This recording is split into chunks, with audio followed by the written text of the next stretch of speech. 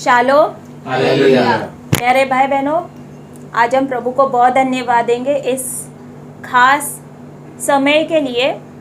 100% प्रभु यीशु हमारा बीच में है, प्रभु यीशु का आत्मा हमारा बीच में है, उसका काम शुरू है अलग अलग तरीके से। प्रभु यीशु का उपस्थिति, उसका पवित्र आत्मा का काम हमारा बीच में ऐसा शुरू है।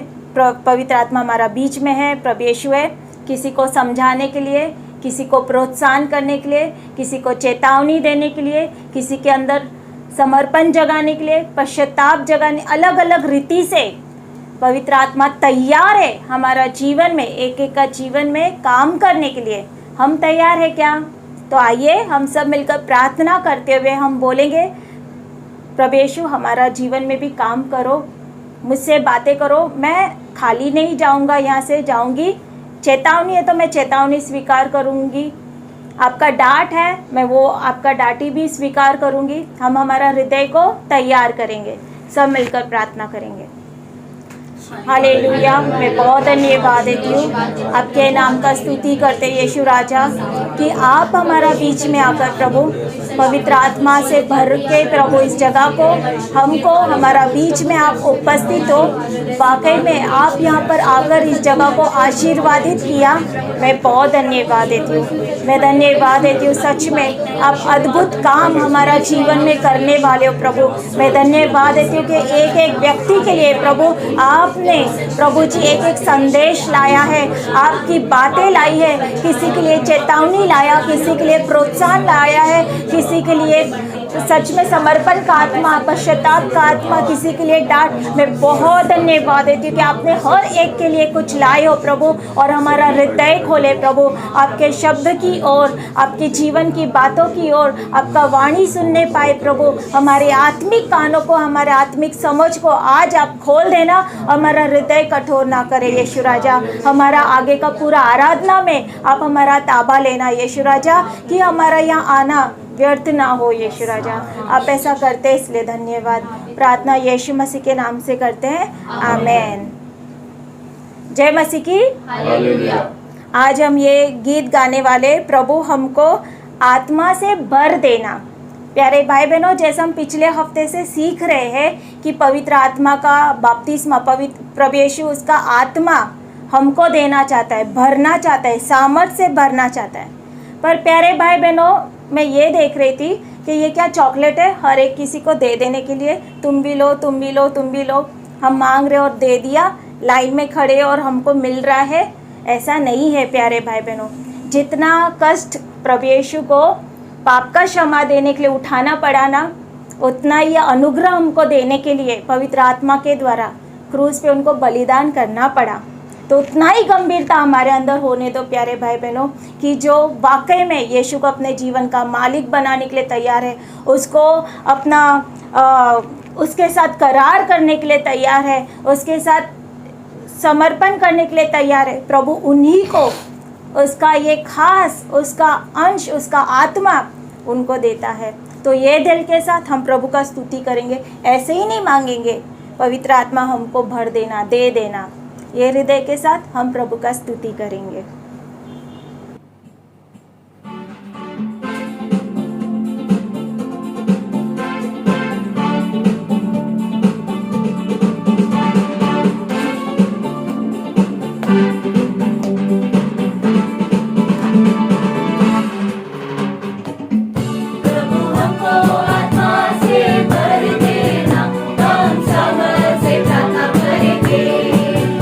प्रभु हमको आत्मा से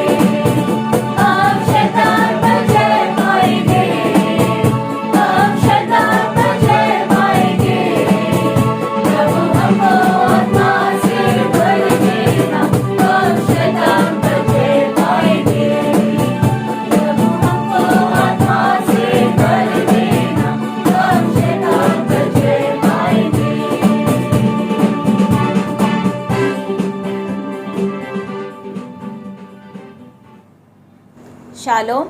हालेलुया। प्यारे भाई बहनों, जैसे ये दंडवत का समय है, ये दंडवत का समय हम प्रभु यीशु का चरणों में हम घुटने टेकने वाले हैं। पर क्यों? क्या वाकई में हमको उसका प्रभु यीशु का प्यास है, पवित्र आत्मा का प्यास है? हम हमारा जीवन को जांचेंगे कि जो प्यासे हैं, हमने सीखा कि प्रभु उनको ही तृप्त करेगा, या हमको संसार का प्यास है।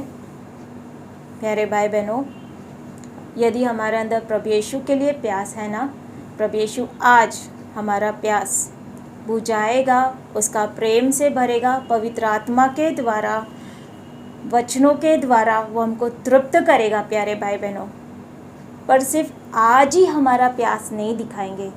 प्रभु का वचन बोलता है कि जो आज्ञा पालन का हृदय रखता है, परमेश्वर उनको पवित्र आत्मा देता है। क्या पूरा हफ्ता हम सीख रहे वचन, इतने सालों से सीख रहे, हमको वचन का पढ़ाई का प्यास और भूख है क्या? जो और हमको क्या उसका आज्ञा पालन, वचन का आज्ञा पालन का भूख और प्यास है? आज उनको ही, उनका ज़रूरत को देखते हुए प्रभु उनको तृप्त करने वाले हैं। तो आज हम ये हृदय के साथ उनका घुटने पर आएंगे, उनके चरणों में आएंगे। प्रभु, मेरे अंदर ये प्यास नहीं है, आज मैं ये प्यास जगाना, मेरे अंदर मुझे इसका एहसास जगाना। ये हृदय के साथ आराधना करेंगे।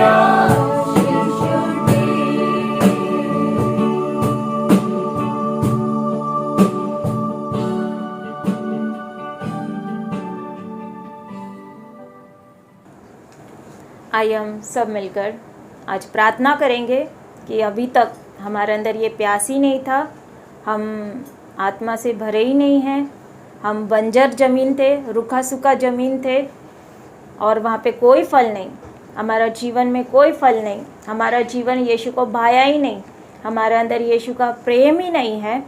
तो आज हम मांगेंगे, जैसा हमने ये आराधना का गीत गाया, हमारा हृदय देखते हुए आज हमारा मुंह खोलेंगे, हम प्रभु यीशु को बोलेंगे, प्रभु हमारे अंदर ये पवित्र आत्मा का ही काम है। प्रभु एक वचन याद आया कि प्रभु का पवित्र आत्मा के बिना कोई यीशु को प्रभु भी नहीं कह सकता है, मालिक भी नहीं कह सकता है। तो आज पवित्र आत्मा पहले मेरे अंदर ये कार्य करके मैं यीशु को मेरा जीवन में मालिक बनाऊं, उसको मेरा 100% जीवन दे दूं। ये हम सब मिलकर प्रार्थना करेंगे।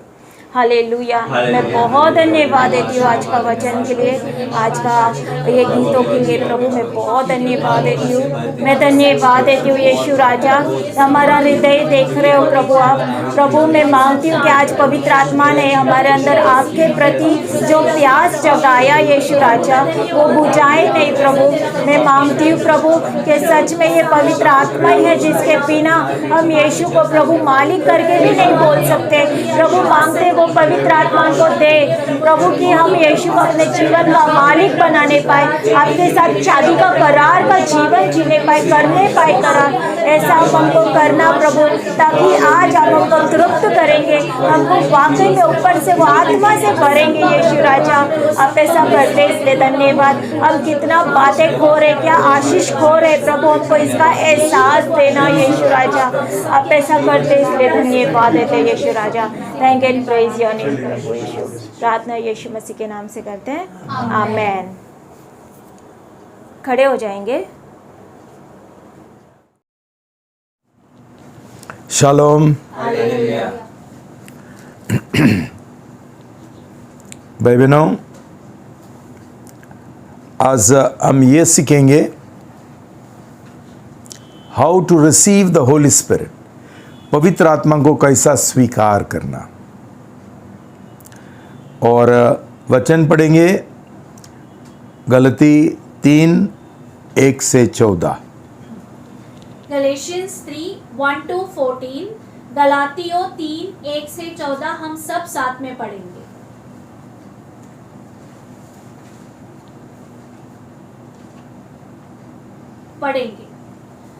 अरे मूर्ख गलातियों, किसने तुम्हें मोह लिया? तुम्हारी आंखों के सामने यीशु मसीह तो क्रूस पर चढ़ाया हुआ प्रदर्शित किया गया था।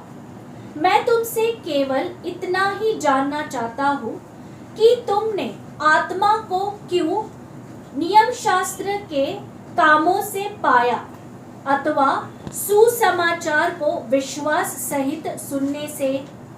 क्या तुम इतने मूर्ख हो कि आत्मा से शुरुआत करके अब देह की विधि द्वारा पूर्णता तक पहुंचोगे? क्या तुमने इतने कष्ट व्यर्थ ही उठाए? क्या वे सचमुच व्यर्थ थे? जो तुम्हें आत्मा प्रदान करता है और तुम में सामर्थ के काम करता है, वह क्या इसलिए करता है कि तुमने नियम शास्त्र के काम किए अथवा इसलिए कि तुमने सुसमाचार पर विश्वास किया? इसी प्रकार इब्राहिम ने परमेश्वर पर विश्वास किया और यह उसके लिए नीतिमत्वता गिनी गई। अतः यह समझ लो कि विश्वास करने वाले ही इब्राहिम के संतान हैं। और पवित्र शास्त्र ने आरंभ से यह जानकर कि परमेश्वर विश्वास के द्वारा अन्य जातियों को नीतिमान ठहराएगा, पहले से ही इब्राहिम को सुसमाचार सुना दिया। समस्त जातियों तुझ से आशीष पाएगी। इसलिए जो विश्वास करते हैं वे विश्वासी इब्राहिम के साथ आशीष पाते हैं। परंतु जो लोग नियम शास्त्र के कामों पर निर्भर हैं, वे शाप के अधीन हैं, क्योंकि लिखा है, जो कोई नियम शास्त्र की पुस्तक में लिखी सभी बातों का पालन नहीं करता वह शापित है। इसलिए यह स्पष्ट है कि नियम शास्त्र द्वारा परमेश्वर की दृष्टि में कोई नीतिमान नहीं ठहरता, क्योंकि नीतिमान जन विश्वास से जीवित रहेगा, परंतु विश्वास से नियम शास्त्र का कोई संबंध नहीं। इसके विपरीत जो उसकी बातों का पालन करेगा वह उनके कारण जीवित रहेगा। मसीह ने नियम शास्त्र के शाप से हमें मूल्य चुकाकर छुड़ाया और स्वयं हमारे लिए शापित बना, क्योंकि लिखा है, जो कोई काट पर लटकाया जाता है वह शापित है। यह इसलिए हुआ कि इब्राहिम की आशीष मसीह यीशु में अन्य जातियों तक पहुँचे और हम विश्वास के द्वारा उस आत्मा को प्राप्त करें जिसकी प्रतिज्ञा की गई है। शलोम। हालेलुया। भाई बहनों, पौलुस एक बहुत भारी शब्द वापरता है, और वो भी 2 बार बोलता है, मूर्ख गलती।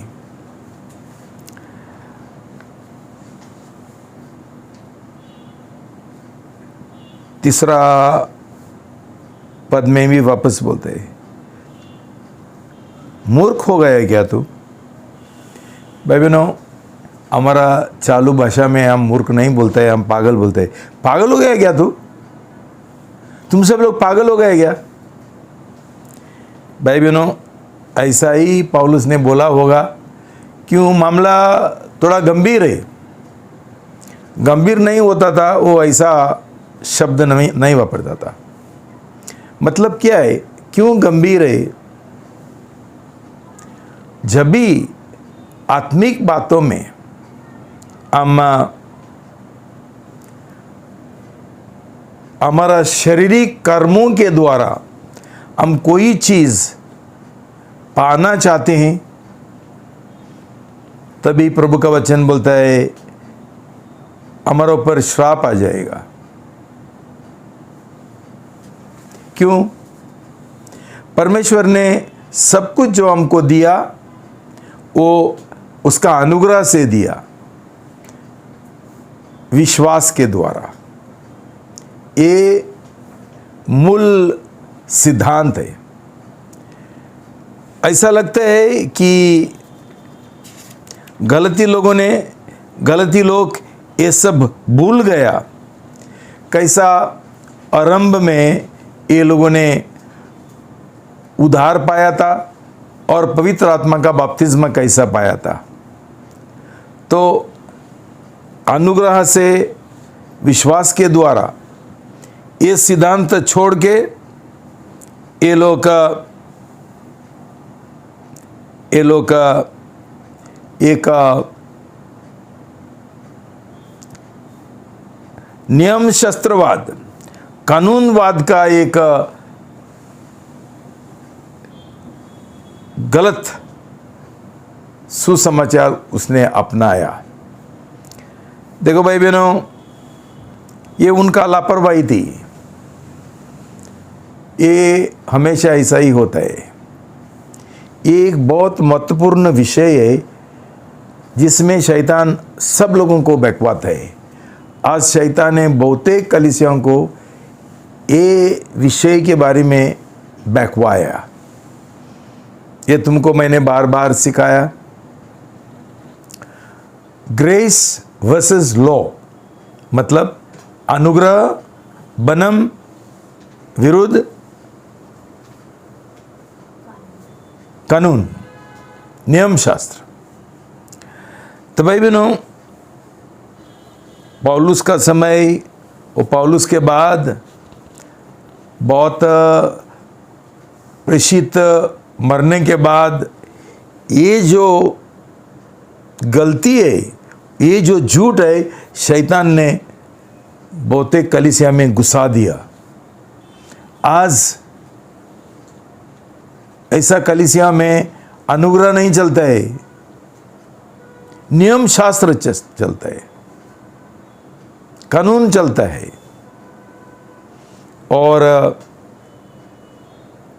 और समझो प्रयत्न शारीरिक प्रयत्न, ये उसके ऊपर चलता है आज सब, मसीह जीवन, आत्मिक जीवन। इसके लिए पौलुस इतना उनको चेतावनी देता है और धमकाता है। तो भाई बहनों, हमने देखा कि हम प्रभु यीशु का शिष्य बनना चाहते हैं, तो ये हमारा हिसाब से हम नहीं बन सकते हैं, हमारा दिमाग के अनुसार। प्रभु यीशु मसीह हमारा उदाहरण है, हम उसका पीछा करते हैं। और प्रभु यीशु मसीह ने बपतिस्मा लिया पानी का, और उसके बाद उसने पवित्र आत्मा में उसको बपतिस्मा मिला। तो हमारे भी जीवन में ऐसा ही होना चाहिए। ये हमने देखा कि पवित्र आत्मा का बपतिस्मा एक सिक्का है। किस चीज का? नीतिमत्व का सिक्का है। वो एक प्रमाण पत्र है। ये हमने देखा। आज हम देखेंगे कैसा पवित्र आत्मा का बपतिस्मा हम स्वीकार करना है। मूल सिद्धांत कौन सा है? एफिसी 2:8 से 9। एफिशियंस 2:8 और 9, एफिसियों 2:8 और 9 पढ़ेंगे। क्योंकि विश्वास के द्वारा अनुग्रह ही से तुम्हारा उद्धार हुआ है, और यह तुम्हारी ओर से नहीं वरन परमेश्वर का दान है। यह कार्य के कारण नहीं, जिससे कि कोई घमंड करे। भाई बहनों,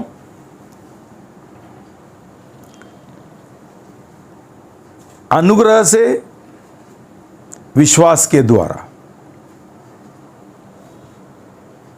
कर्मों से नहीं है। अनुग्रह से, विश्वास के द्वारा, कर्मों से नहीं है। ये मूल सिद्धांत है जो हमने हमारा दिल में रखना चाहिए। क्यों? हर एक जो परमेश्वर ने हमको एक वादा किया, वो हमेशा एक मुफ्त वादा है, प्रतिज्ञा है, मुफ्त। वो हमारा प्रयास से, प्रयत्न करके, शारीरिक बल से हम नहीं पा सकते हैं। इसलिए परमेश्वर का वचन बोलता है ये परमेश्वर का दान है। हम ये जबरदस्ती नहीं कर सकते।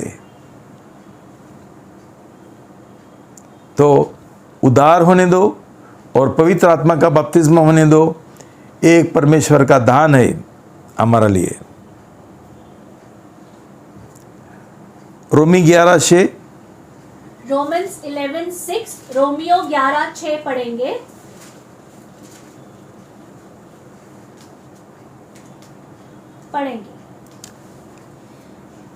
यदि यह अनुग्रह से हुआ तो फिर कर्मों के आधार पर कदापि नहीं, अन्यथा अनुग्रह ही ना रहा। देखो भाई बहनों, एक महीना काम करने के बाद हमको पगार मिलता है। ये हमने काम किया, ये इसका एक मजदूरी है। लेकिन समझो कोई हमको कुछ काम नहीं किया, लेकिन हमको एक तोहफा देते हैं और एक दान देते हैं। ये है अनुग्रह, ये है ग्रेस। हमको मुफ्त दिया गया है परमेश्वर ने। ये हम 3 जो पहलू है, ये मूल सिद्धांत का हम ध्यान में रखना चाहिए। पहला है अनुग्रह, ग्रेस, थ्रू फेथ, विश्वास के द्वारा, और तीसरी बात है कर्मों के द्वारा नहीं है। तो जब भी हम लोग बात करते हैं मेरा कोशिश चालू है, मैं प्रयत्न कर रहा हूँ बपतिस्मा लेने के लिए, पानी का बपतिस्मा लेने के लिए और पवित्र आत्मा का बपतिस्मा लेने के लिए, ये गलत बात है। मतलब हम समझा नहीं है कि ये परमेश्वर का एक प्रतिज्ञा है, एक मुफ्त दान है। वो कोशिश करते हुए हमको नहीं मिलता है। परमेश्वर का ये एक शर्त है कि ये सब कुछ जो वो हमको देना चाहता है वो अनुग्रह से स्वीकार करने का है, विश्वास के द्वारा, लेकिन कर्मों से नहीं है, जिनके द्वारा लोग बहुत बार कर्म करके पुण्य कमाना चाहते हैं और बाद में ये दावा करते हैं मुझे दे दो, मैंने पुण्य जोड़ा है। वैसा उद्धार के साथ और पवित्र आत्मा का बपतिस्मा के साथ नहीं होता है। तो भाई बहनों, गलती 1:6, गलातियों 1:6, गलेशियंस 1:6 पढ़ेंगे। मुझे आश्चर्य होता है कि परमेश्वर जिसने तुम्हें मसीह के अनुग्रह से बुलाया, उसे तुम इतने शीघ्र किसी अन्य ही सुसमाचार के लिए त्याग रहे हो। देखो भाई बहनों, पौलुस बार बार इसके ओर जोर डालता है कि गलतियों को बोलता है मैं आश्चर्य हो गया कि तुम इतना जल्दी तुम लोग ये भूल गया जो मैंने तुमको सिखाया था, जो सही सुसमाचार मैंने दिया था। और ये सुसमाचार है अनुग्रह का सुसमाचार है। ये क्यों ऐसा हुआ? नीचे वो बोलता है हमको कि बहुत सारा गलत लोग, गलत प्रचारक आके उनको गलत सिखाते हैं, इसके वजह ऐसा हुआ। तो भाई बहनों, आजकल तो कोई कलीसिया शुरू करते हैं, रिक्शा वाले और अनपढ़ लोग जिनको प्रभु का वचन का कोई जानकारी नहीं है, कभी प्रभु का वचन कभी पढ़ाई किया ही नहीं है, अचानक एक दिन उनको लगता है मैं भी कलीसिया चालू कर सकता हूँ। ना तो ये कलीसिया शुरू करते हैं सामाजिक काम करने के लिए, लोगों को पेट का सेवा करने के लिए।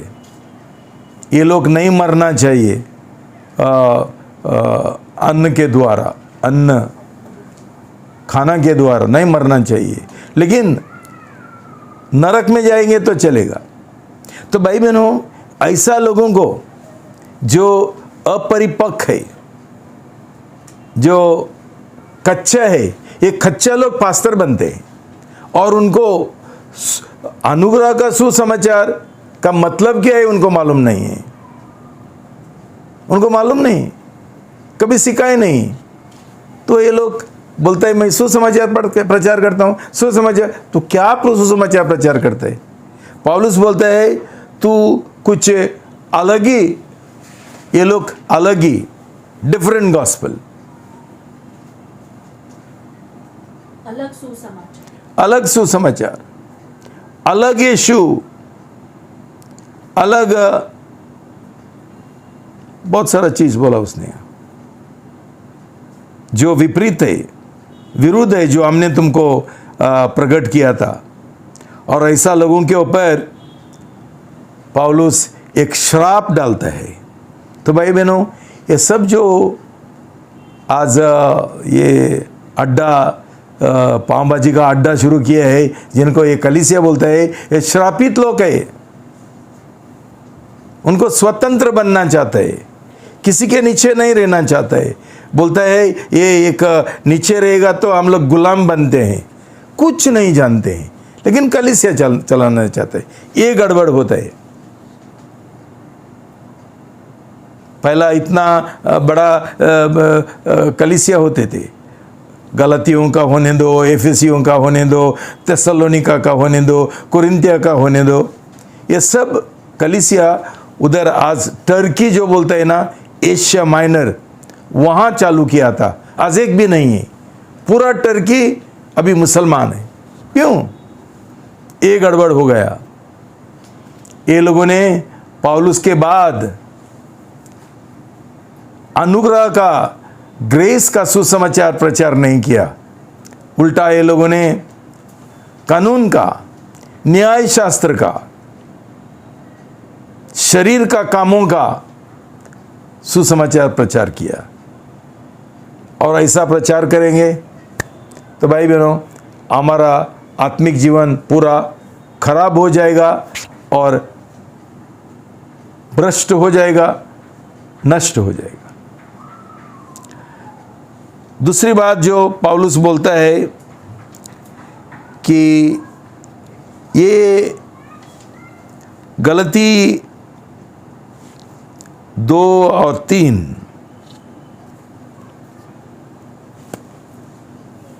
गलातियों 2 पद 2 और 3 पढ़ेंगे। गलती 3, 2 और 3।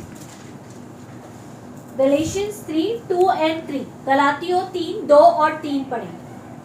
मैं तुमसे केवल इतना ही जानना चाहता हूँ कि तुमने आत्मा को क्या नियम शास्त्र के कामों से पाया अथवा सुसमाचार को विश्वास सहित सुनने से? क्या तुम इतने मूर्ख हो कि आत्मा से आरंभ करके अब देह की विधि द्वारा पूर्णता तक पहुंचोगे?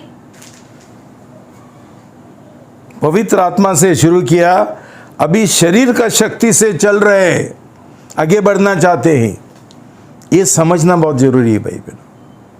वो बोलता है पहला अनुग्रह, बाद में विश्वास के द्वारा हमारा मसीह जीवन हम जीना चाहिए।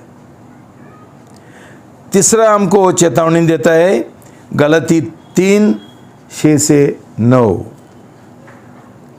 वहीं पर 6 से 9 पद पढ़ेंगे।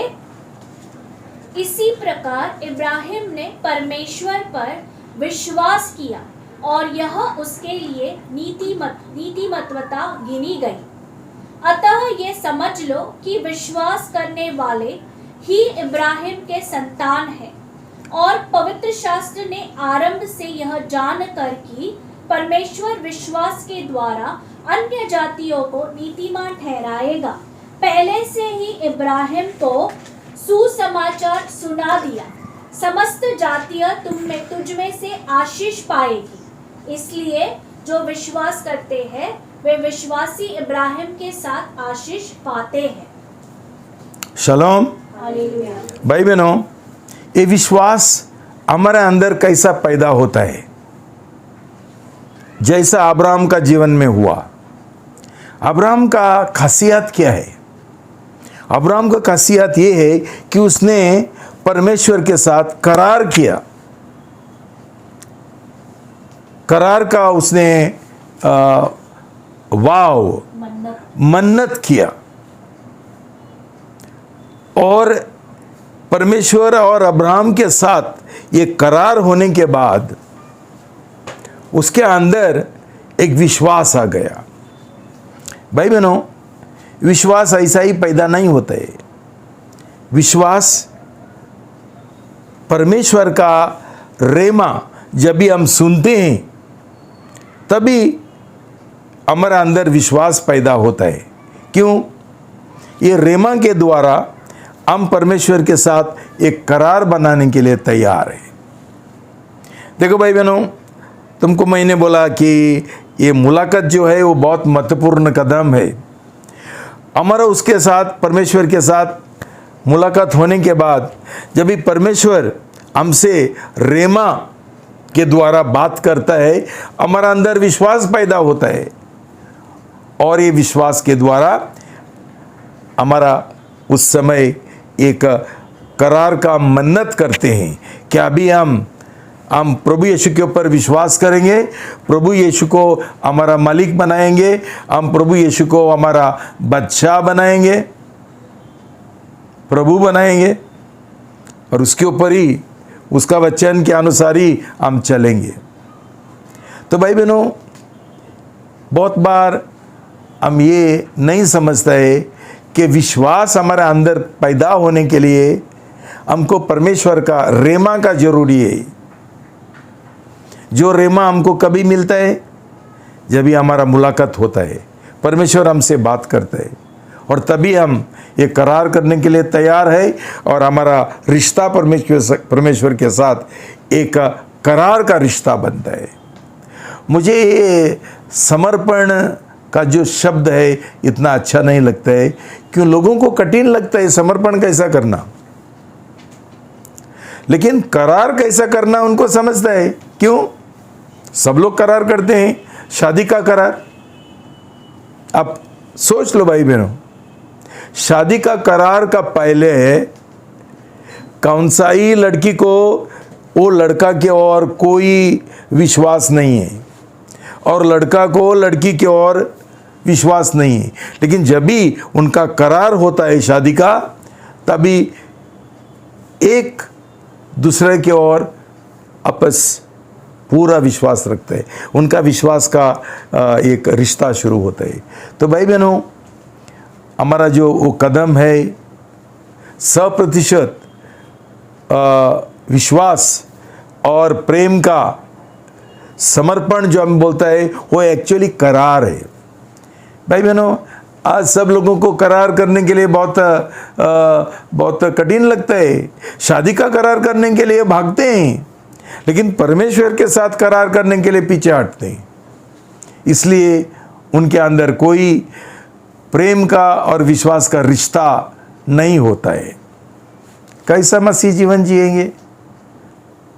और अगपे प्रीति का बिना और विश्वास का बिना हम क्या पाएंगे परमेश्वर से?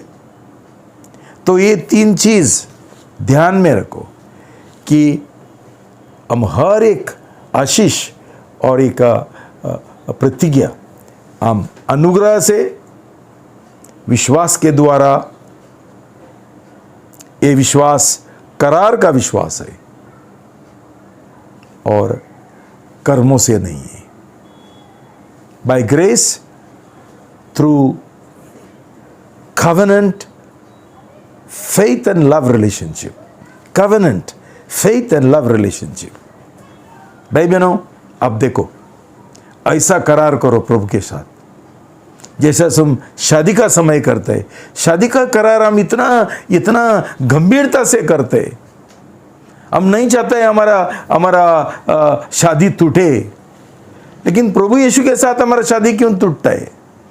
क्यों? कभी सही रीति से, पूरा दिल से, 100% से हम कभी किया ही नहीं।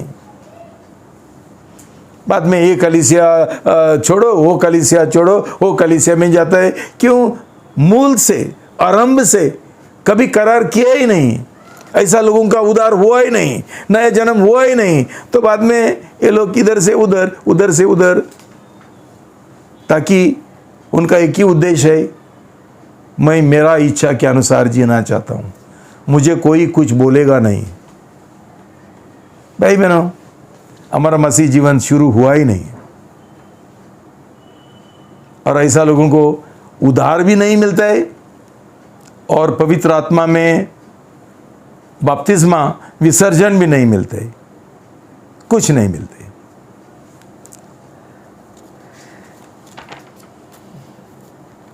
भाई बहनों, यही हमको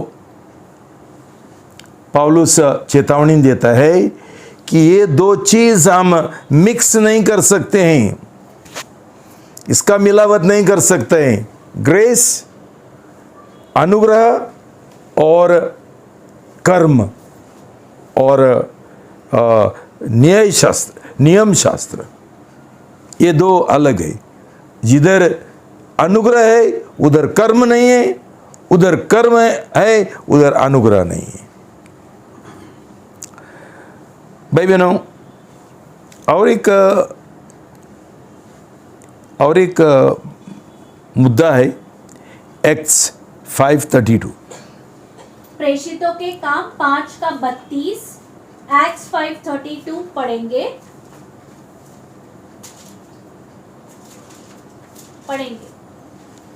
हम इन सब बातों के साक्षी हैं और वैसे ही पवित्र आत्मा भी, जिसे परमेश्वर ने अपनी आज्ञा का पालन करने वालों को दिया है।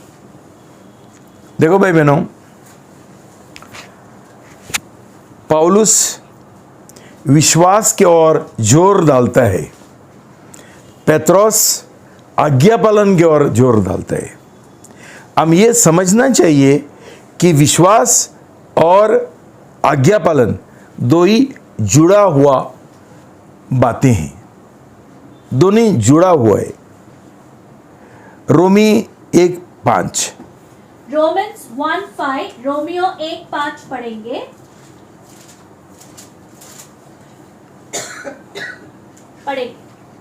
जिसके द्वारा हमें अनुग्रह और प्रेषिताई मिली कि उसके नाम के लिए सब अन्य जातियों में विश्वास से आज्ञाकारिता उत्पन्न करे।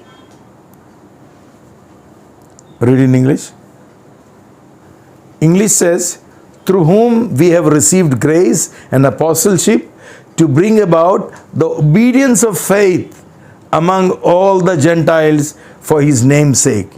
इसका मतलब ये है कि पौलुस बोलता है, मेरी सेवकाई, मेरा काम ये है कि जो मैंने अनुग्रह पाया और प्रेषिताई मुझे मिला है, वो एक ही काम के लिए, ताकि लोगों को मैं सिखाऊं विश्वास का आज्ञा पालन कैसा करें। इसका मतलब क्या है, जिधर आज्ञा पालन नहीं है वहाँ वो विश्वास मरेला है, मुर्दा विश्वास है। ये समझ लो भाई बहनों। Faith without obedience is a dead faith, हमको याकूब बोलता है। आप पढ़ो याकूब में, याकूब बोलता है, क्या फायदा तेरा विश्वास का, उसमें आज्ञा पालन का काम नहीं है। तो ये तुमको मैंने सिखाया। तो भाई बहनों, हम बहुत बार ये विश्वास करके चिल्लाते हैं, लेकिन विश्वास का कोई आज्ञा पालन नहीं करता है। जिस चीज के ऊपर हम विश्वास करते हैं उसका हम आज्ञा पालन करते हैं क्या? तो जब भी प्रभु का वचन बोलता है अनुग्रह से विश्वास के द्वारा, ये विश्वास में आज्ञा पालन होना चाहिए। हमारा विश्वास दिमाग का विश्वास है जहाँ कोई आज्ञा पालन नहीं है। इसके लिए हमको उद्धार नहीं मिलता है, नया जन्म नहीं मिलता है, और पवित्र आत्मा में हमको बपतिस्मा भी नहीं मिलता है। तो ये हम ध्यान में रखना चाहिए कि ये मुर्दा विश्वास नहीं है, ये सूखा विश्वास नहीं है। ये विश्वास है जिसमें आज्ञा पालन है। जिस चीज़ के ऊपर हम विश्वास करते हैं उसका आज्ञा पालन, उसका वचन के अनुसार हम चलते हैं, उसका इच्छा के अनुसार हम चलते हैं। तो भाई बहनों, अभी ये जो समस्या है, ये दिक्कत जो है, वो सुलझाने के लिए, उसके ऊपर विजय पाने के लिए हम क्या करना है? पहली बात भाई बहनों, एक बहुत बड़ी ज़रूरत है तैयारी का। आज एक बहुत बड़ी दुख भरित एक चीज़ है, बात है कि आज का कलीसिया में गंभीरता से पानी में बपतिस्मा लेने के लिए और पवित्र आत्मा में भी बपतिस्मा लेने के लिए कोई गंभीर तैयारी नहीं है, सब ऊपरी तौर है, सब ऊपरी तौर। वहाँ हमारा विपत्ति शुरू होता है, वहाँ हमारा श्राप शुरू होता है। बहुत लोगों को नहीं समझता है। बहुत लीडर लोग कलीसिया में एक और दो वचन लेकर बोलते हैं उसको जल्दी दिया, उधर भी जल्दी दिया। लेकिन ये समय अलग था और हमारा समय अलग है। उस समय पेंटेकॉस्ट का जो जोश था वो ये था, जिंदा था। और एपोस्टल्स भी जो प्रेषित है, ये लोग भी जोशीले थे। हमारा अभी कुछ है क्या? जो लोग बपतिस्मा देता है ये लोग भी सही पास्टर नहीं है, ये लोगों का भी सही उद्धार नहीं हुआ है, ऐसा एक रीति रिवाज चलाते हैं, उनको क्या मिलने वाला है? उद्धार भी नहीं मिलता है और पवित्र आत्मा भी नहीं मिलते। ये हमारा समस्या है और हमारा दुर्घटना है। तो भाई बहनों, सही उपदेश, सही तैयारी हम करेंगे तो मुझे एक आशा है कि हम कोई प्रयत्न के बिना और तुरंत हमको पवित्र आत्मा का बपतिस्मा मिल सकता है।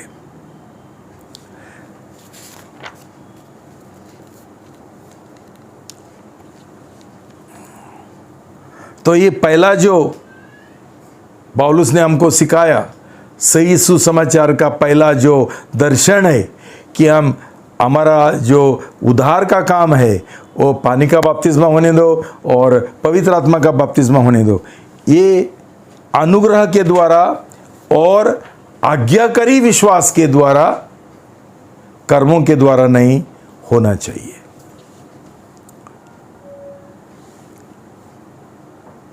इसलिए हमको पौलुस बार बार ये चेतावनी देते हैं। ये गलती लोगों को उसने पूरा दुखी दिल से उसने बोला होगा, कैसा पागल बन गए तुम लोग, कैसा जो मार्ग मैंने तुमको सिखाया था उसमें से तुम भटक गए। आज हर एक कलीसिया ये मार्ग से भटक गए हैं, गलत सुसमाचार जो प्रचार हो रहा है उसके वजह। तभी क्या होता है, ये गलत जो एक ये है पद्धति है, प्रणाली है बपतिस्मा, पवित्र आत्मा का बपतिस्मा मिलने के लिए, ये सब पद्धतियों का हमको ज़रूरत नहीं पड़ेगा। ये लोग बोलता है तुम ये थोड़ा वाक्य बोलो ना, तो तुम लोग ऐसा बैठना चाहिए, वो घुटने पर आना चाहिए, वो तुम लोग हालेलुया बोलना चाहिए, हाथ ऊपर करना चाहिए और बाद में चिल्लाना चाहिए। भाई बहनों, ये चलता नहीं है, ये डजंट वर्क। ये सब तरीका का, प्रणाली का, पद्धति का कोई ज़रूरी नहीं है। हमने जो मूल सिद्धांत है उसके ऊपर लौटना बहुत जरूरी है। भाई बहनों, प्रभु का वचन से हमको एक 5 कदम मिलता है आज्ञाकारी विश्वास का, पवित्र आत्मा में बपतिस्मा पाने के लिए। 5 जैसा पानी का बपतिस्मा लेने के लिए 5 क्या है, कदम है। तलाश, मुलाकात, पश्चाताप, करार, 100% प्रेम और विश्वास का, अगपे प्रीति और विश्वास का करार 100% और 100% त्यागीकरण। वैसा ही 5 कदम है पवित्र आत्मा का बपतिस्मा का स्वीकार करने के लिए।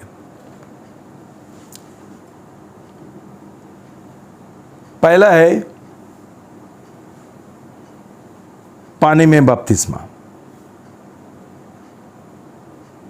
और उसके पहले हमारा 5 कदम के द्वारा जो तैयारी हम करना चाहिए,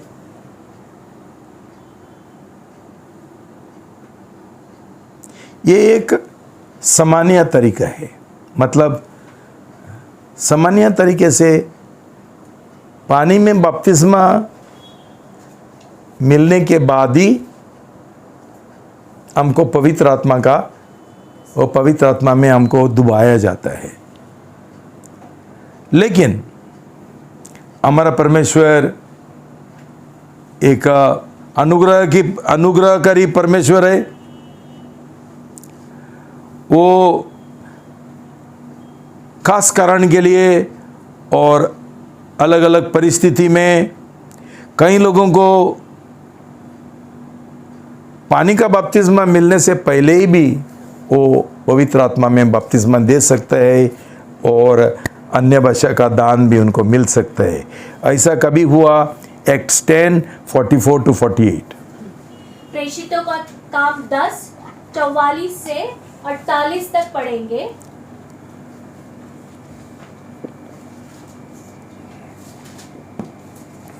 हम सब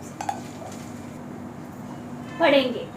जब पतरस यह वचन कह ही रहा था, तभी वचन के सब सुनने वालों पर पवित्र आत्मा उतर आया और जितने खतना किए हुए विश्वासी पतरस के साथ आए हुए थे, सब विस्मित हुए कि पवित्र आत्मा का दान अन्य जातियों पर भी उंडेला गया है, क्योंकि वे उन्हें विभिन्न भाषाएं बोलते और परमेश्वर की बड़ाई करते हुए सुन रहे थे। तब पतरस ने कहा, क्या कोई जल की रोक कर सकता है कि ये लोग जिन्होंने हमारे सामने ही पवित्र आत्मा पाया है बपतिस्मा न पाए? और उसने आज्ञा दी कि उनके यीशु मसीह के नाम में बपतिस्मा दिया जाए। तब उन्होंने उससे कुछ दिन और ठहरने के लिए विनती की। देखो भाई बहनों, ये सामान्य नियम नहीं है कि सब लोगों को पवित्र आत्मा में बपतिस्मा पहला मिलेगा और बाद में पानी का बपतिस्मा। वो इस संदर्भ में, ये अवसर में एक छूट, एक्सेप्शन। क्यों प्रभु यीशु उनको सिखाना चाहता था कि उसने जो उद्धार लाया और उसने वो जो पवित्र आत्मा उंडेलना चाहता है, वो सिर्फ यहूदी लोगों के ऊपर नहीं है, ये अन्य जातियों के ऊपर भी है। और ये बात यहूदी लोग और प्रेषित लोग यहूदी है, उनका मन में एक शंका था, ये सिर्फ हमारे लिए है क्या? यहूदी लोगों के लिए जो परमेश्वर का चुने हुए लोग है, वो दूसरे लोगों को भी है। तो तभी परमेश्वर ने क्या किया, ये लोगों को पानी का बपतिस्मा पहला ही उनको पवित्र आत्मा में बपतिस्मा दिया और अन्य भाषा का दान भी दिया। तभी पतरस बोलता है, जैसा हमारे ऊपर पवित्र आत्मा आया और हम भी अन्य भाषा में प्रार्थना करते थे, वैसा ही ये लोगों को ऊपर भी आया। तो हम उनको पानी में बपतिस्मा देने के मना कैसा कर सकते हैं? ये एक खास एक परिस्थिति थी और एक कारण था कि प्रभु ने ये छूट ये किया। नॉर्मल जो है, सामान्य जो है, हमेशा पहला पवित्र आत्मा, पहला पानी में बपतिस्मा, उसके बाद पवित्र आत्मा में बपतिस्मा। तो भाई बहनों, हम ये भूलना नहीं चाहिए कि हम सही बपतिस्मा नहीं लेंगे, हम पवित्र आत्मा के लिए हम अटक जाएंगे। जैसा मैंने तुमको बोला कि पवित्र आत्मा में बपतिस्मा एक सिक्का है नीतिमत्व का, और एक प्रमाण पत्र है कि हमारा उद्धार हो गया। जो सिक्का प्रभु यीशु मसीह खुद मारता है। तो बपतिस्मा सही नहीं रहेगा तो प्रभु ये सिक्का नहीं मारेगा। तो कितना जरूरी है वो पहला कदम कि हम सही रीति से पानी का बपतिस्मा लेना जरूरी है। दूसरा कदम प्यास होना। यूहन्ना 7 37 और 38।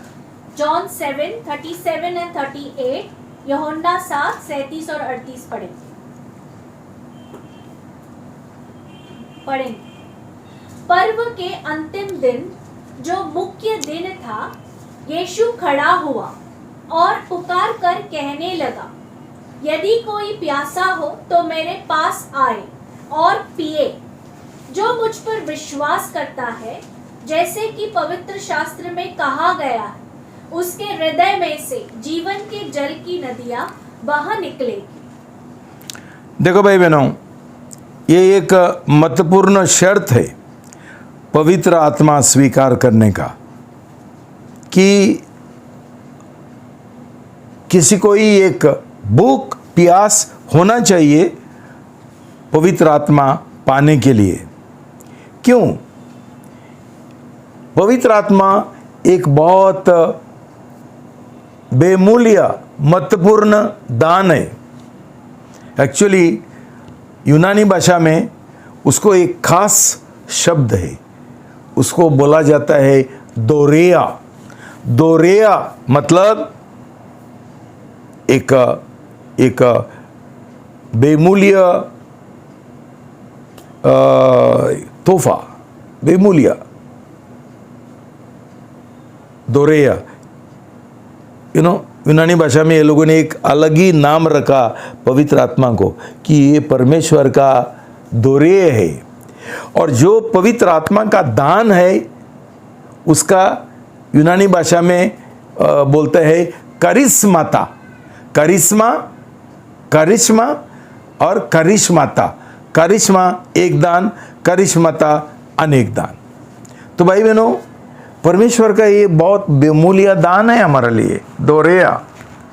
और वो ऐसा ही किसी को ही व्यर्थ नहीं देना चाहता है, बर्बाद नहीं करना चाहता है, वो उड़ाना नहीं चाहता है, और ऐसा लोगों को नहीं देना चाहता है जो अयोग्य है, वो जिनको कोई इच्छा नहीं है ये दान पाने के लिए। वो सोचता है हमको ये दान का जरूरी नहीं है। आजकल बहुत सारा गलत मसीह है, वो सोचते हैं मैं ठीक हूँ, मुझे पवित्र आत्मा का जरूरी नहीं है, मुझे ये अन्य भाषाओं का जरूरी नहीं है, हम बहुत धार्मिक लोग हैं, हम बहुत अच्छे लोग हैं, और हम बहुत आदरणीय लोग हैं, और हमको ऐसा नहीं लगता है कि हमको इसका ज़रूरी है। जैसा है हम खुश है, हम संतुष्ट है। परमेश्वर उनको छोड़ देता है और इसलिए उनको ये दान नहीं मिलता है। मत्ती 5:6। मैथ्यू 5:6, मत्ती का 5:6 पढ़ेंगे। धन्य है वे जो नीतिमत्ता के भूखे और प्यासे हैं, क्योंकि वे तृप्त किए जाएंगे। लूका 1:53। लूक 1:53 पढ़ेंगे।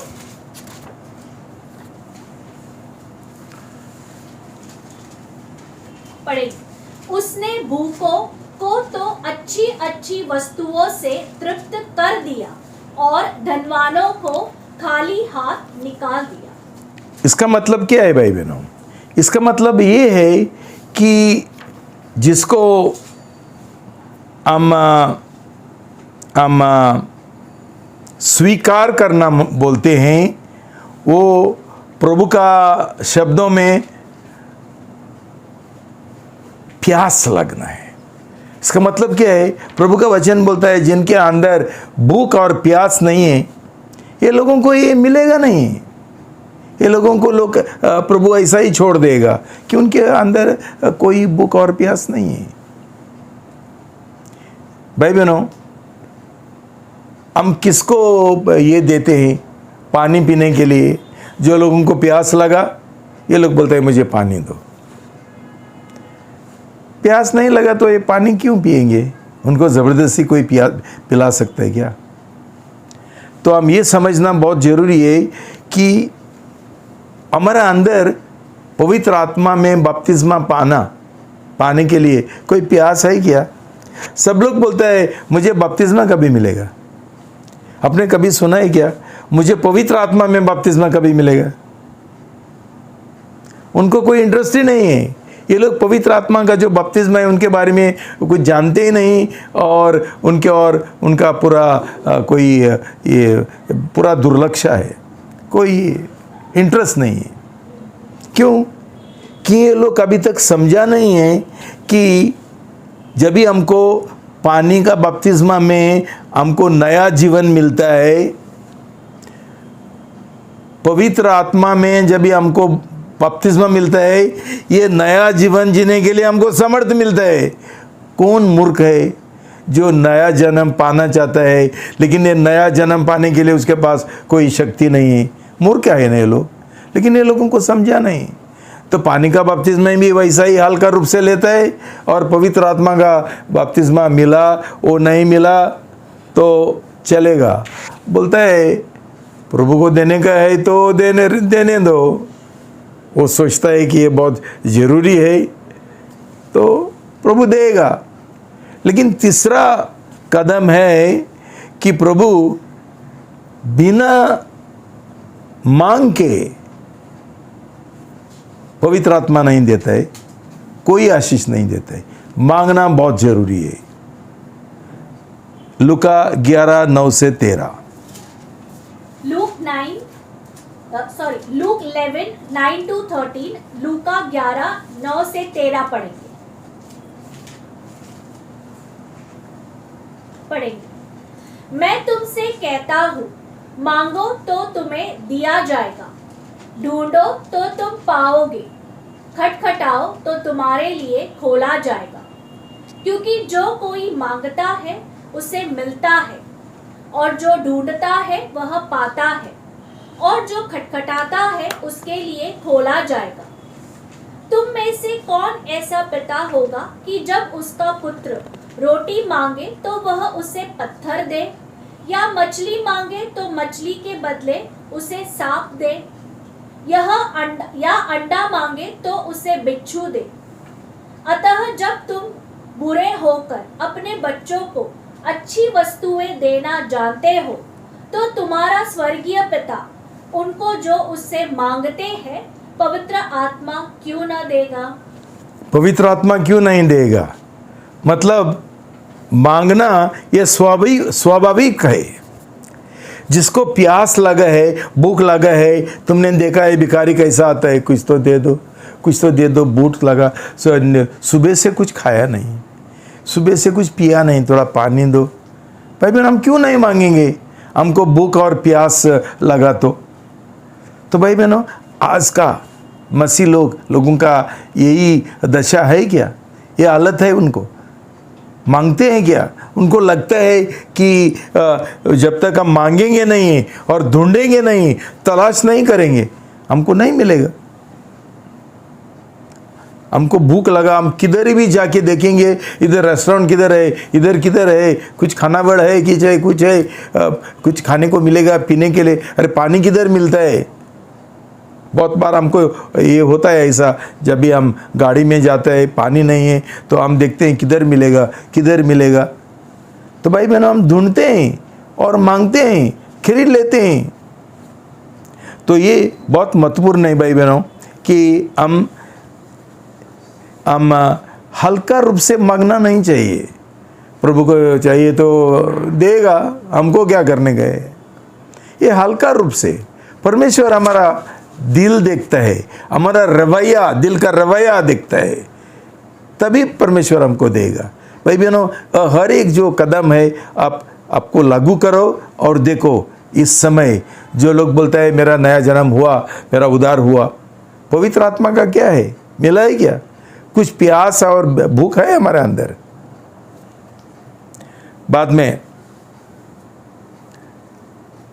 बाद में उसके बाद चौथा कदम है पीना, पवित्र आत्मा को पीना। यूहन्ना 7:37 में हमने देखा, प्रभु ने बोला आओ और पियो। हम पानी का बाटली लेकर हम ऐसा उसका प्रदर्शन नहीं करते हैं, हम लोग पीते हैं। तो प्रभु का वचन वही बोलता है 1 कोरिन्थी 12:13 में, 1 Corinthians 12:13, 1 कोरिन्थियों 12:13 पढ़ेंगे। क्योंकि हम सब ने, चाहे यहूदी हो या यूनानी, दास हो या स्वतंत्र, एक ही आत्मा द्वारा एक देह होने के लिए बपतिस्मा पाया और हमें एक ही आत्मा पिलाया गया। देखो भाई बहनों, एक ही आत्मा पिलाया गया, इसका मतलब हम आत्मा को पीना है। यही तरीका है पवित्र आत्मा को स्वीकार करने का। जब भी हमारा अंदर प्यास रहेगा तो हम पवित्र आत्मा को हम पिएंगे पानी जैसा। और ये प्रभु यीशु स्पष्ट रीति से बोलता है, मेरे पास आओ और पियो। तो ये जो पीने का काम है वो एक सक्रिय प्रक्रिया है, एक्टिव प्रोसेस, एक्टिवली सक्रिय रूप से हम पीना है। और यही तरीका से हम पवित्र आत्मा को स्वीकार कर सकते हैं। जो उसका मुंह बंद रखता है वो कभी पानी पी सकता है क्या? मुंह बंद करके कोई पानी पिया? तो प्रभु का वचन बोलता है तुम्हारा मुंह खोलो। हमारा खुद का इच्छा के हिसाब से हमने पीना चाहिए, कोई ज़बरदस्ती नहीं करेगा। हमारा मुंह खोल के हमारा मुंह में कोई पानी नहीं पिलाता है हमको प्यास लगा हम खुद पीते हैं। आपने कभी सुना होगा कि एक जो घोड़ा है उसको पानी तक ले सकता है लेकिन उसको पानी पिला नहीं सकते। पानी के पास जाने के बाद उसने खुद पानी पीना है। भाई बहनों, हमको पवित्र आत्मा का जो बपतिस्मा है वो उसका हमको कोई इच्छा ही नहीं है, हमको कोई इंटरेस्ट ही नहीं है। हम क्यों पवित्र आत्मा का बपतिस्मा लेंगे? हम इतना ही बोलेंगे मुझे पानी का बपतिस्मा दो, पवित्र आत्मा का बपतिस्मा नहीं मिलेगा तो चलेगा। क्यों? सर्टिफिकेट सिर्फ बपतिस्मा का मिलता है और पवित्र आत्मा का सर्टिफिकेट मैं नहीं दे सकता हूँ, वो प्रभु के पास है प्रमाण पत्र, और वो तुमको कभी मिलेगा नहीं तुम गलत रीति से पवित्र आत्मा का बपतिस्मा पाया तो। साम 81:10, भजन संहिता 81 का 10 पढ़ेंगे।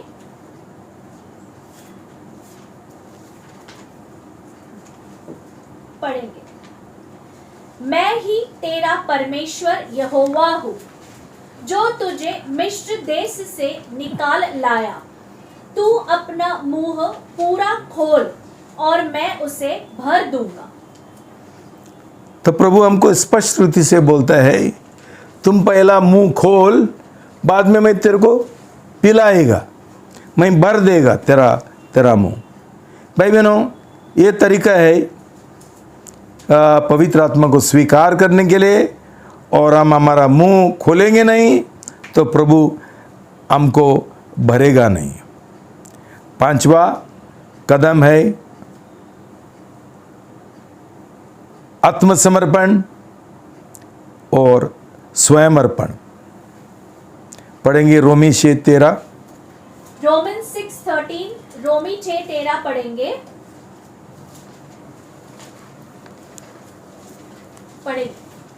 और न अपने शरीर के अंगों को अधर्म के हथियार बनाकर पाप को सौंपो, परंतु अपने आप को मृतकों में से जीवित जानकर अपने अंगों को नीतिमत्ता के हथियार होने के लिए परमेश्वर को सौंप दो।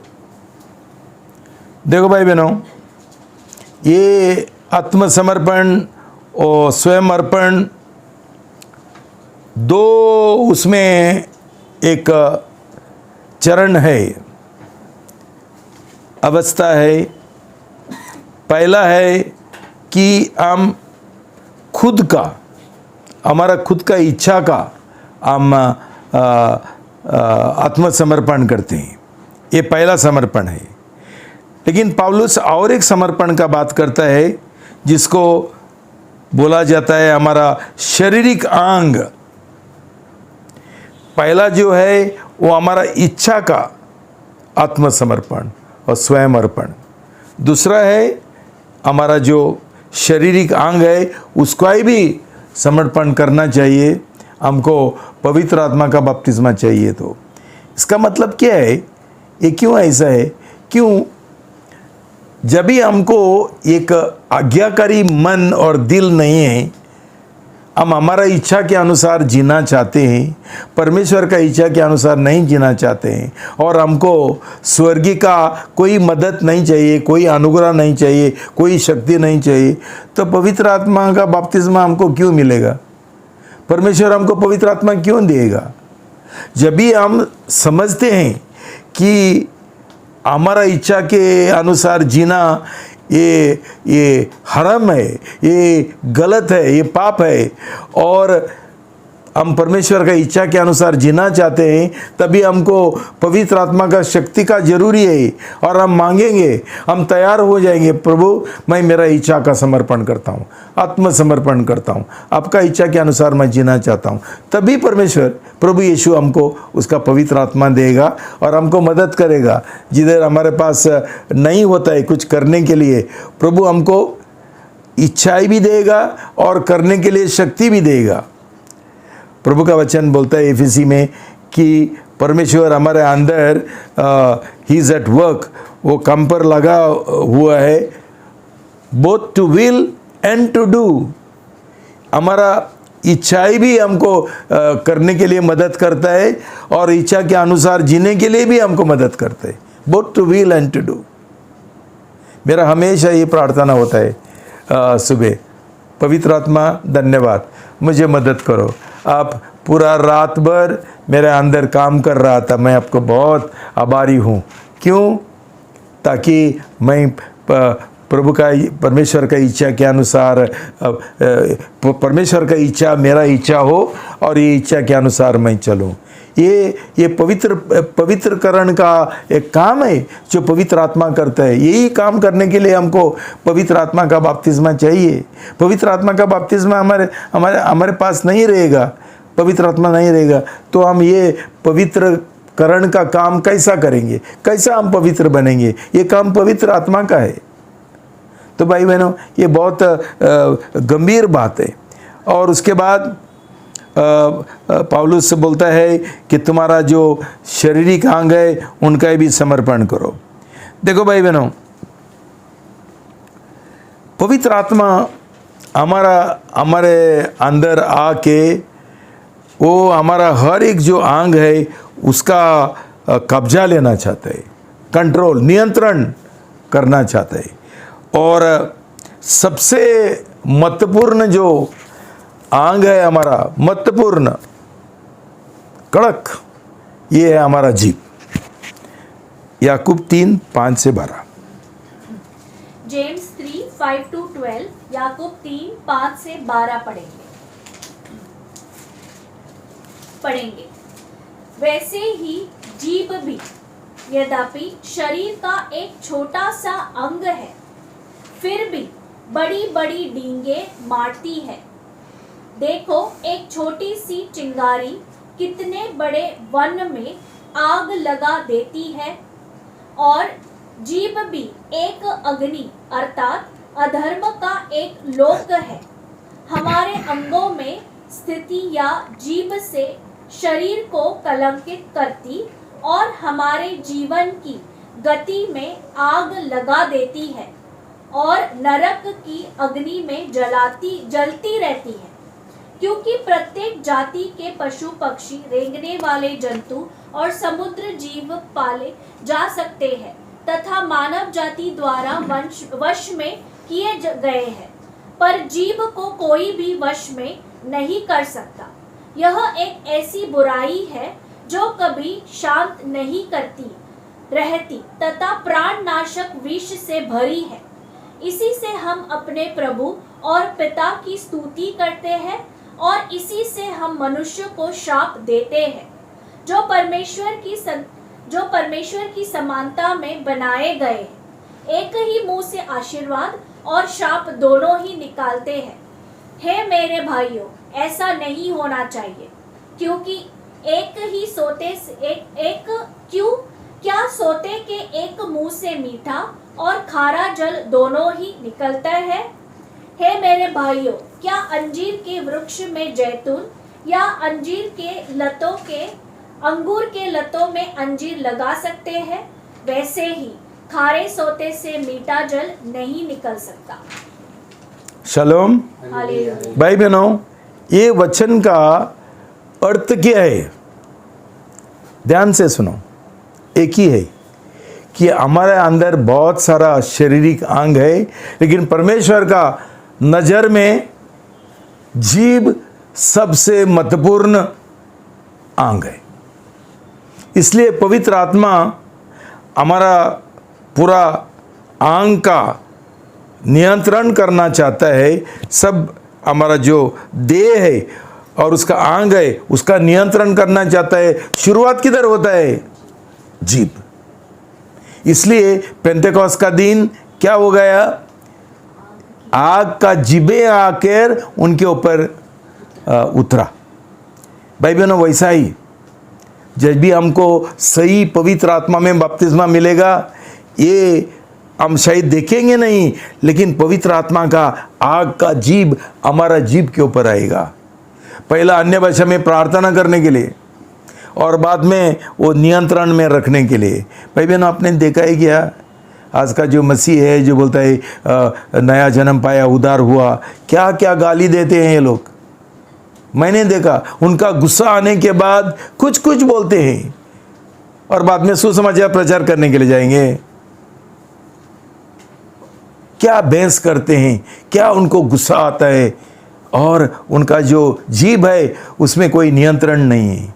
भाई बहनों, जीभ का नियंत्रण पहला होना चाहिए। ये परमेश्वर का योजना है कि उसने जीभ को इतना महत्व दिया है कि जीभ को पहला वंश में लाना है, और पवित्र आत्मा ये काम करना चाहता है। पवित्र आत्मा में बपतिस्मा के द्वारा। तो भाई बहनों, अब ये तभी हमारा समर्पण, आत्मसमर्पण कंप्लीट हो जाएगा, संपूर्ण हो जाएगा, जब भी हम हमारा जीभ का पहला समर्पण करेंगे। देखो भाई बहनों, परमेश्वर वचन हमेशा बोलता है कि हम कबूल करने। कैसे कबूल करते हैं? यही जीभ के द्वारा। लेकिन जिस जीभ का हमने नियंत्रण पवित्र आत्मा के ओर नहीं दिया, ये जीभ क्या कबूल करेगी? एक दिन गाली देंगी, दूसरा दिन बोलेगी परमेश्वर मेरा प्रभु है, वो मेरा मालिक है। क्या अर्थ है इसमें? तो भाई बहनों, हम सावधान रहना चाहिए। लास्ट में तुमको इतना ही बोलना चाहता हूँ कि एफेसी 5:18 में हमको परमेश्वर बोलता है, एक बार बपतिस्मा, पवित्र आत्मा में बपतिस्मा मिलेगा तो काफ़ी नहीं है, दिन प्रतिदिन हम पवित्र आत्मा से बढ़ते रहना चाहिए। पढ़ो एफेसी 5:18। पढ़ेंगे एफिशियंस 5:18। दाकरस पीकर मतवाले न बनो, क्योंकि इससे लुचपन होता है, परंतु आत्मा से भरते जाओ। देखो भाई बहनों, ये तुमको मैंने सिखाया। जैसा दारू पीने से हम लोग बेवड़ा बनते हैं, प्याकड़ बोलते, परमेश्वर बोलता है तुम पवित्र आत्मा को पी के प्याकड़ बनो। तुम क्या बोलते हैं? हाँ, बेवड़े बनो पवित्र आत्मा को पीकर, और हर दिन पीना। एक दिन बपतिस्मा लिया तो काफ़ी नहीं है पवित्र आत्मा का, हर दिन पवित्र आत्मा से भर देना, वो पवित्र आत्मा का दारू पीना, तभी हम प्रभु का स्तुति कर सकते हैं।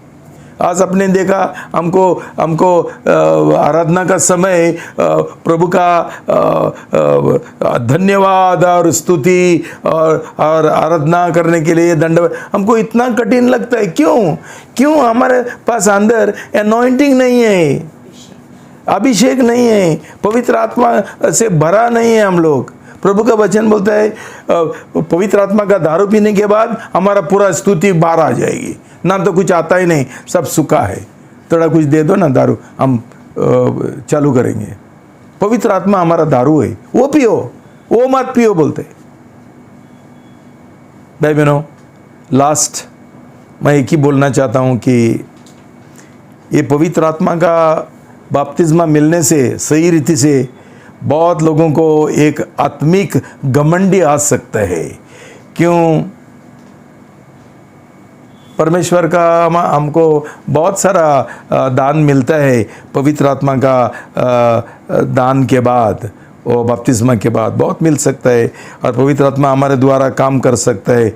बहुत परमेश्वर का जो दास है, ये दासों का जीवन बर्बाद हो गया ये आत्मिक घमंड के वजह।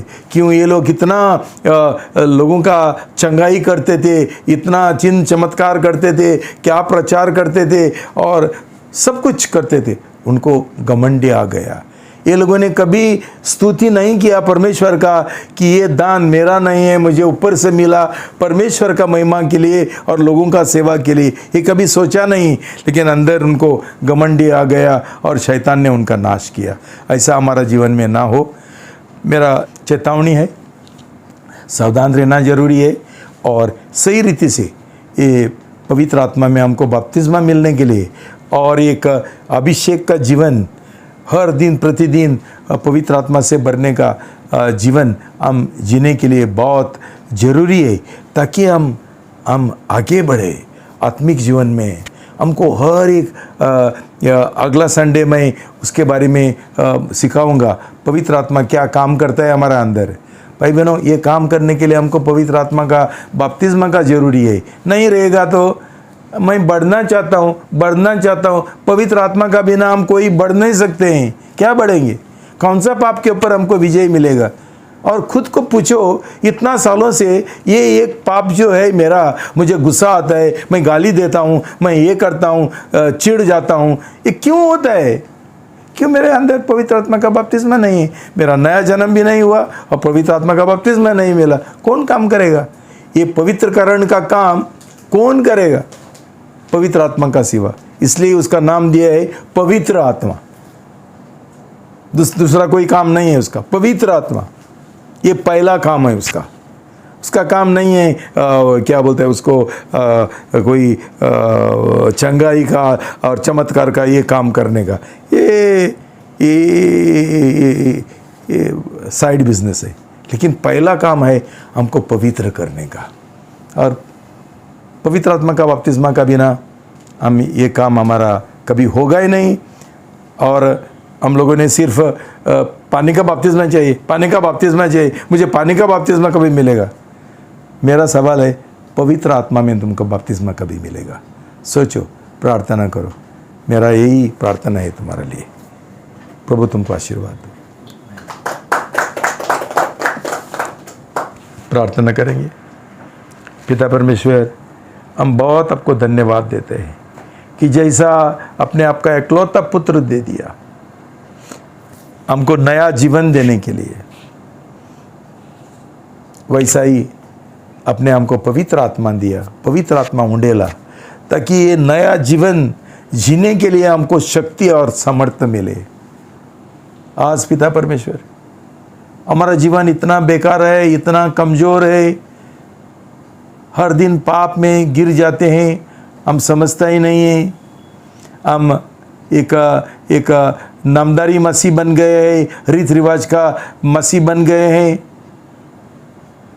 और उसका एक ही कारण है कि हमारा नया जन्म भी नहीं हुआ और पवित्र आत्मा का शक्ति और समर्थ भी हमको नहीं मिला है। पिता परमेश्वर, हमारा आंखें खोल दो, हमारा मन और दिल खोल दो प्रभु, और हमारा अंदर एक भूख और प्यास जगाओ प्रभु। और हमको एक प्यास दे दो प्रभु, भूख और प्यास दे दो प्रभु, पवित्र आत्मा का, नया जन्म का प्यास दे दो प्रभु, हमको नित्यमत्व का प्यास दे दो प्रभु।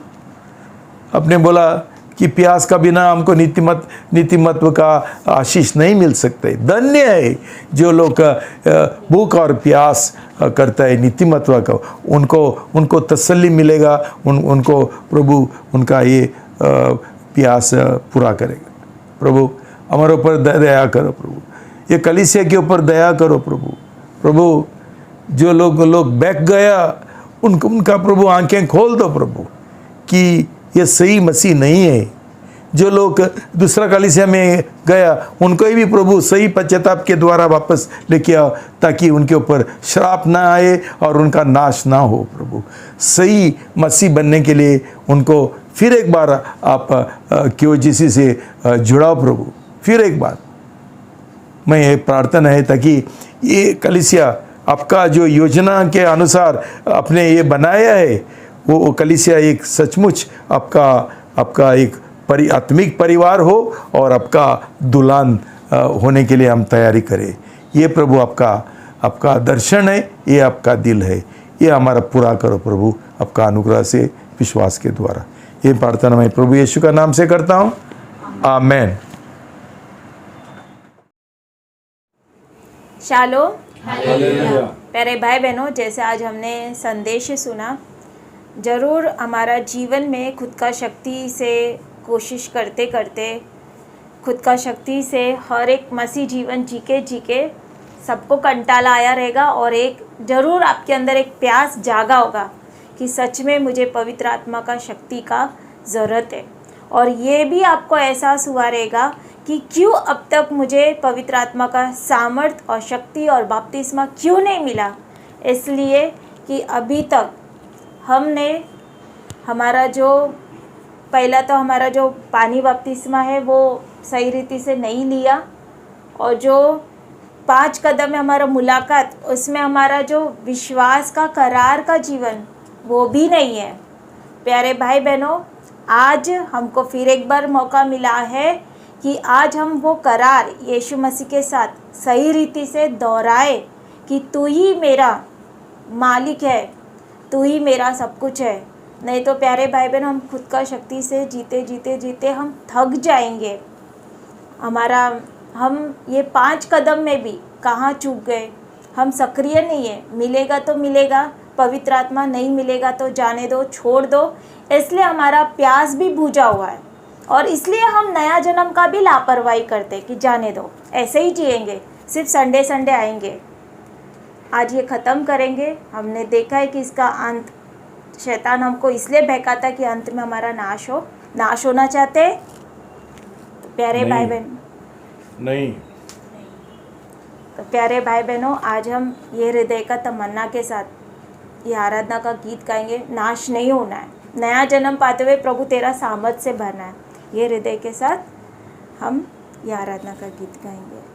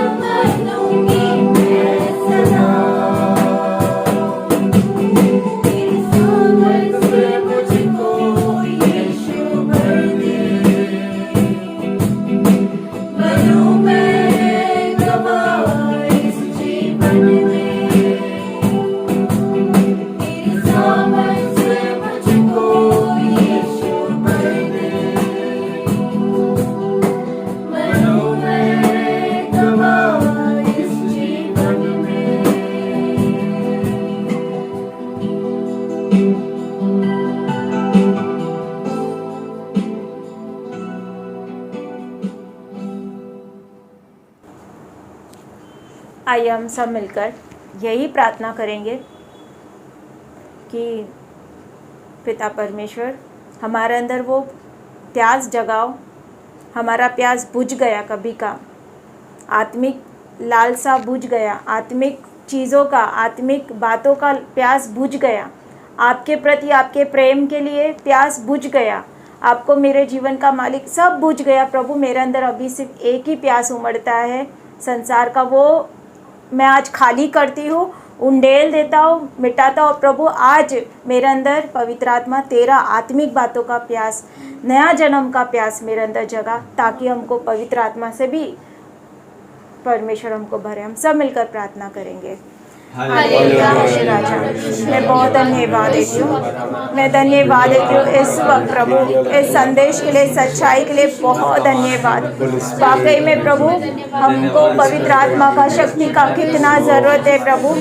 हम बिना पवित्र आत्मा का शक्ति का, खुद का शक्ति से प्रभु जीवन जी जी के थक गए प्रभु, कंटाला आया प्रभु। मांगते हमारे अंदर ये आत्मिक बातों का प्यास कभी का बुझ गया था यीशु राजा, आज एक अवसर दिया, आज आपने हमको प्रभु जी एक मौका दिया कि हमारे अंदर फिर एक बार आत्मिक बातों का प्यास जगाए, आपके प्रति प्रेम का प्यास जगाए, आपको मेरे जीवन का, हमको प्रभु आपको अपने जीवन का मालिक बनाने का, स्वामी बनाने का, आपकी इच्छा को पूरा करने का प्यास जगाना यीशु राजा।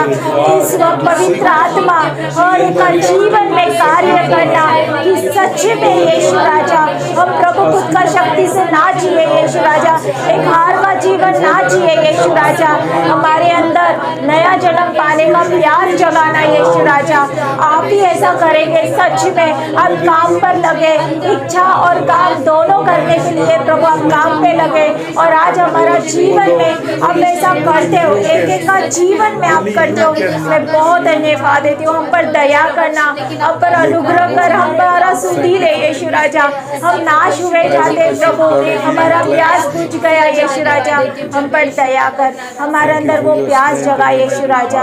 आप ऐसा करते इसलिए धन्यवाद, आपकी इच्छा करने का प्यास आप जगाते, मैं बहुत धन्यवाद देती हूँ यीशु राजा। प्रार्थना यीशु मसीह के नाम से करते हैं, आमीन। प्यारे भाई बहनों, आप लोग जो जिधर भी अपने घर पर हो, कहाँ पर भी जो ये आप वीडियो देखे हो, इस समय आपका हृदय प्रभु यीशु देख रहा है। आप जब ये प्रार्थना करेंगे, एक निर्णय लेंगे, ज़रूर प्रभु यीशु इस प्रार्थना का उत्तर आपको देगा। आपका जहाँ पर भी हो आप प्रार्थना कर सकते हैं व्यक्तिगत तौर से। शालोम। प्यारे भाई बहनों, अभी जैसे पवित्र आत्मा का बपतिस्मा का शिक्षा चालू है, तो क्या अभी हम सिर्फ पवित्र आत्मा भर दे बोलेंगे क्या? ऐसा होता है कि जब भी संदेश चलता है तभी हमको याद आता है उन बातों का, मुझे पवित्र आत्मा से भरना है। पर प्यारे भाई बहनों, हमारा फ़ोन का याद रखो, हमको बोलने का भी ज़रूरत नहीं पड़ता है। हम बार बार ध्यान में रखते हैं कि मेरा 100% फ़ोन चार्ज है या नहीं है। तो प्यारे भाई बहनों, ये सिर्फ संदेश के दौरान, ये हफ्ते के दौरान ही हम जागरूक नहीं रहेंगे कि मुझे पवित्र आत्मा से भरना है या मुझे पवित्र आत्मा का बपतिस्मा चाहिए। ये हमारा मसीह जीवन का ज़रूरत है, और ज़रूरत जब तक हमारा पूरा नहीं होता है तब तक हम वो ज़रूरत, संसारी ज़रूरत पूरा करने के लिए हम कितना भाग दौड़ करते हैं। तो ये हमारा अहम ज़रूरत हमारा जीवन का होने दो, आत्मिक बातें हमारा पहला होने दो, मेरा नया जन्म का ज़रूरत पहला होने दो, पवित्र आत्मा का बपतिस्मा का ज़रूरत ऊपर हम रखेंगे, और यही लक्ष्य को पकड़ते हो। ये ज़रूरत मेरा जब तक पूरा नहीं होगा ना, मैं शांत नहीं रहेगा, मैं चुपचाप नहीं रहेगा। इसके लिए मुझे जो उपाय करना है, जो निर्णय लेना है, मार्गदर्शन लेना, हर एक चीज़ में करने के लिए तैयार हूँ। ये दिल के साथ हम प्रभु का स्तुति करेंगे।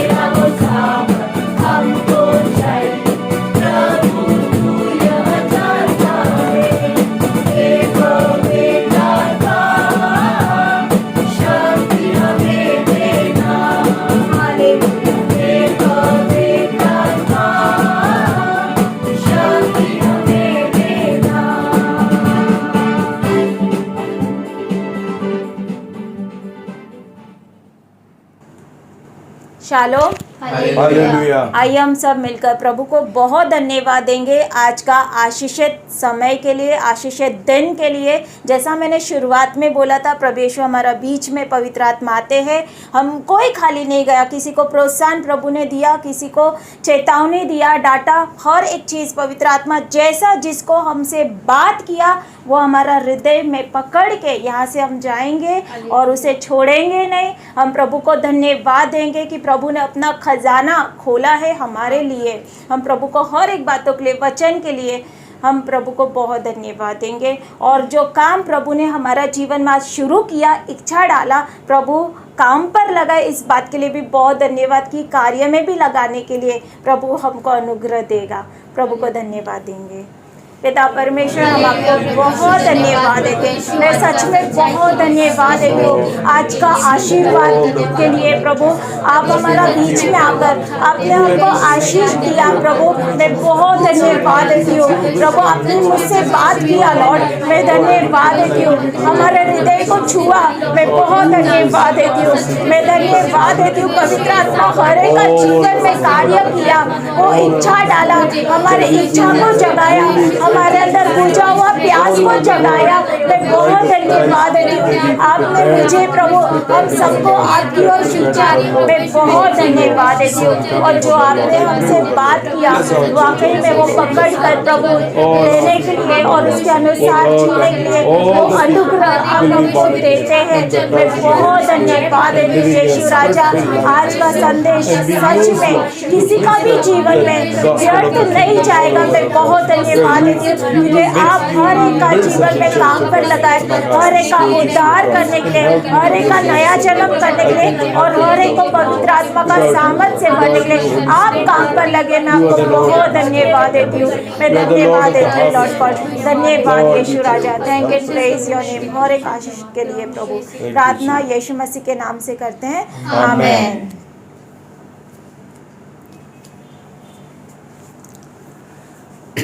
प्रभु यीशु मसीह का अनुग्रह, पिता परमेश्वर का प्रेम और पवित्र आत्मा का सौभाग्यता हमेशा तुम्हारे साथ बने रहना, आमीन। बोलो यीशु मसीह की जय। यीशु के लहू की जय। Shalom. Hallelujah. God bless you.